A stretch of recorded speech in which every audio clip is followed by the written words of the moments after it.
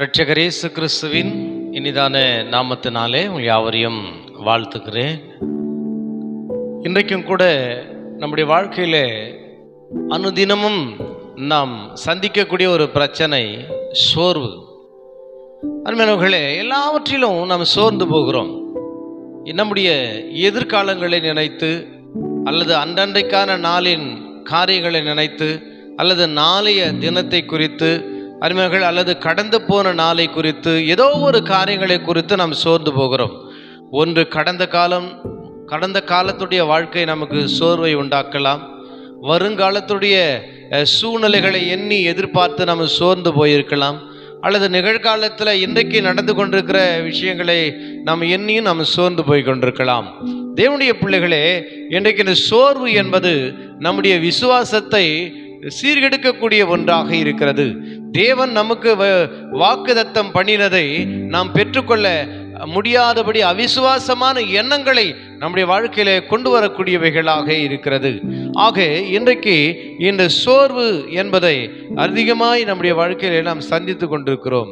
தேவனுடைய பிள்ளைகளே, இன்றைக்கு இந்த சோர்வை குறித்து நாம் பார்க்கும் பொழுது அருமைகளே, ஒவ்வொரு நாளும் இது ஒரு மிகப்பெரிய ஒரு ஆயுதமாக இருந்து நம்மை ஒவ்வொரு நாளும் இது வேதனைப்படுத்தி கொண்டே இருக்கிறது.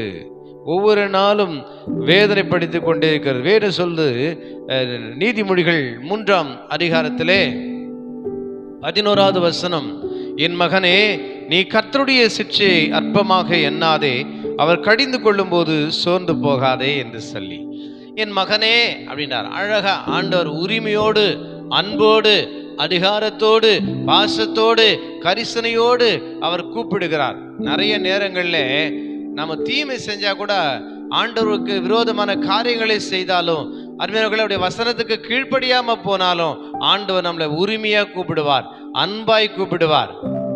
யூதாசை பார்க்கும் பொழுது முத்தத்தினாலே காட்டி கொடுக்க வரும் பொழுது யூதாசை பார்த்து கிறிஸ்துவானவர் கேட்டார், சிநேகிதனே, முத்தத்தினாலாய் நீ என்னை காட்டி கொடுக்க போகிறாய் என்று. அருமையானவர்களே, ஜனங்கள் ஆண்டவர் விட்டு விலகி போகும்போது என் ஜனங்கள் 2 தீமையை செய்தார்கள்.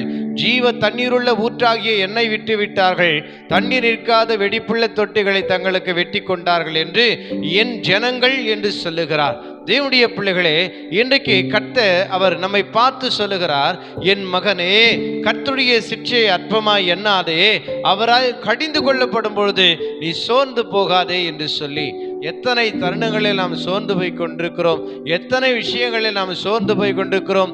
அந்த சோர்வு எவ்வளவு ஆபத்தானது, அந்த சோர்வு எவ்வளவு நம்முடைய ஆவிக்குரிய வாழ்க்கையை சீர்கெடுக்கக்கூடிய ஒன்று என்பதை நாம் உணர்ந்து கொள்ளக்கூடியவர்களாக இருக்க வேண்டும். உண்மையானவர்களே, ஏசாவை குறித்து நாம் பார்க்கும் பொழுது ஏசா சோர்வுட்டவனாய் வன சஞ்சரியாயிருந்தான். யாக்கோபு வீட்டிலே தரித்து கொண்டிருந்தான். ஆனால் அங்கே ஒரு நாள் அவன் காட்டில் போய் வேட்டையாடிட்டு வரும் பொழுது ஏசாவுக்கு பசி உண்டாயிற்று. அந்த பசியிலே அவனுக்கு சோர்வும் உண்டாயிற்று. அப்பொழுது அந்த சோர்வோடு இருந்த பொழுது ஏசா அந்த பயிற்றங்கூழை, சிகப்பான அந்த பயிற்றங்கூழை காசி கொண்டிருக்கும் பொழுது அந்த சிகப்பான பயிற்றங்கூழிலே எனக்கு கொஞ்சம் தா என்று கேட்ட பொழுது அருமையானவர்களே, அங்கே யாக்கோபு சொன்னார், உன் புத்திர சுவிகாரத்தை, உன் தலைமகனுக்குரிய உரிமையை நீ எனக்கு தருகிறாயா என்று கேட்ட பொழுது ஏசா சோர் உற்றவனாய் இருந்தபடினாலே சொன்னார், எனக்கு அது தேவையில்லை, அதை நீயே எடுத்துக்க, அந்த பயிற்றுங்குழி எனக்கு தா என்று. தேவனுடைய பிள்ளைகளே, ஒருவேளை இல்லை ஆகாரத்துக்காக பயிற்றுங்குழுக்காக தன் சிரேஷ்ட புத்திர சுவிகாரத்தை விற்று போட்ட சீர்கெட்டவனாயிருக்கிற ஏசாவை போல இருக்காதீங்கன்னு கர்த்தர் எச்சரிக்கிறார். தேவனுடைய பிள்ளைகளே, அந்த சோர்வு ஆண்டவருடைய வாக்குத்தத்தத்தை அவமாய் பண்ணினது. தலைமகனுக்குரிய உரிமை ஆண்டவர் கொடுத்தார், அதை அவமாக்கினது. தேவனுடைய பிள்ளைகளே, இன்றைக்கு நாம் சோர்ந்து போகும் பொழுது நமக்கு ஆண்டவர் வாக்குத்தத்தம் பண்ணி வச்சிருக்கிற நன்மைகளை, ஆசீர்வாதங்களை நாம் இழந்து போய்விடுவோம். ஆக இன்றைக்கு கர்த்தர் கடிந்து கொள்ளுகிற வேலையில நாம் சோர்ந்து போக கூடாது. கர்த்தர் கடிந்து கொள்ளுகிற வேலையில இன்னும் அவரை நாம் பிடித்து கொள்ள வேண்டுமே தவிர போய்விடக்கூடாது. கிறிஸ்துவுடைய உபதேசத்தை கேட்டு அது கடினமாய் இருக்கிறது என்று சொல்லி அநேக அவர் விட்டு போய்விட்டாங்க. இயேசு கிறிஸ்து சொன்னார், நீங்களும் போய்விட மனதாயிருக்கிறீர்களோ?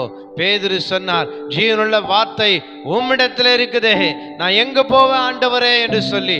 ஆனால் அதே பேதுருவை ஆண்டவராகி இயேசு கிறிஸ்து சொன்னார், எனக்கு பின்னாக போ சாத்தானே என்று அவர் கடிந்து கொண்ட வேளையிலே அந்த கடிந்து கொள்ளுதலை கேட்டு மறுபடியும் கிறிஸ்துவை அவர் பின்பற்றினாரே தவிர விட்டு விலகி போகவில்லை. தேவனுடைய பிள்ளைகளே, மகன் தகப்பன் சிட்சியாத புத்திரன் யாரும் கிடையாது. தகப்பன் சிட்சியாத புத்திரன் யாரும் கிடையாது.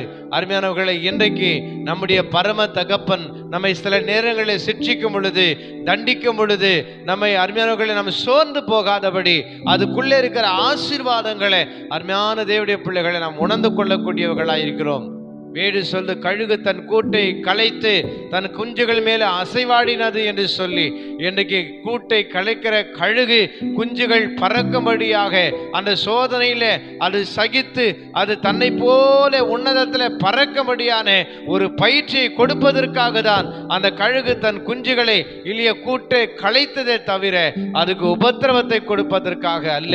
இன்றைக்கும் கர்த்தராகிய இயேசு கிறிஸ்து அவரை போல நம்மை மாற்றும்படியாய் உன்னதத்துக்குரிய ஆசீர்வாதங்களை நீங்களும் நானும் பெற்றுக்கொள்ளும்படியாய் தான் நம்மை கடிந்து கொள்ளுகிறார், நம்மை சிட்சிக்கிறாரே தவிர நம்மை சோதனையில் அகப்படுத்த வேண்டும் என்பதற்காக கிடையாது. சோதிக்கப்படுகிற எவனும் நான் தேவனாலே சோதிக்கப்படுகிறேன் என்று சொல்லானாக என்று வேடு சொல்லுகிறது.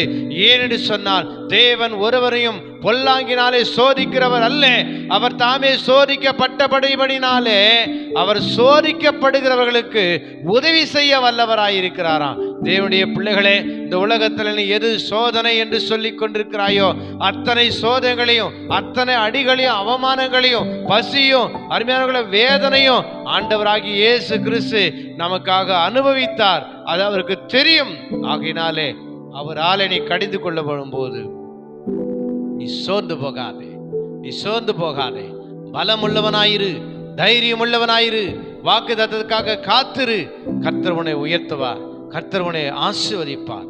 கர்த்தரோடு நீ இருந்தா கர்த்தர் உன்னோடு இருப்பார். God bless you. கர்த்தருடைய நாமத்திலே உங்களை வாழ்த்துகிறேன். God bless you.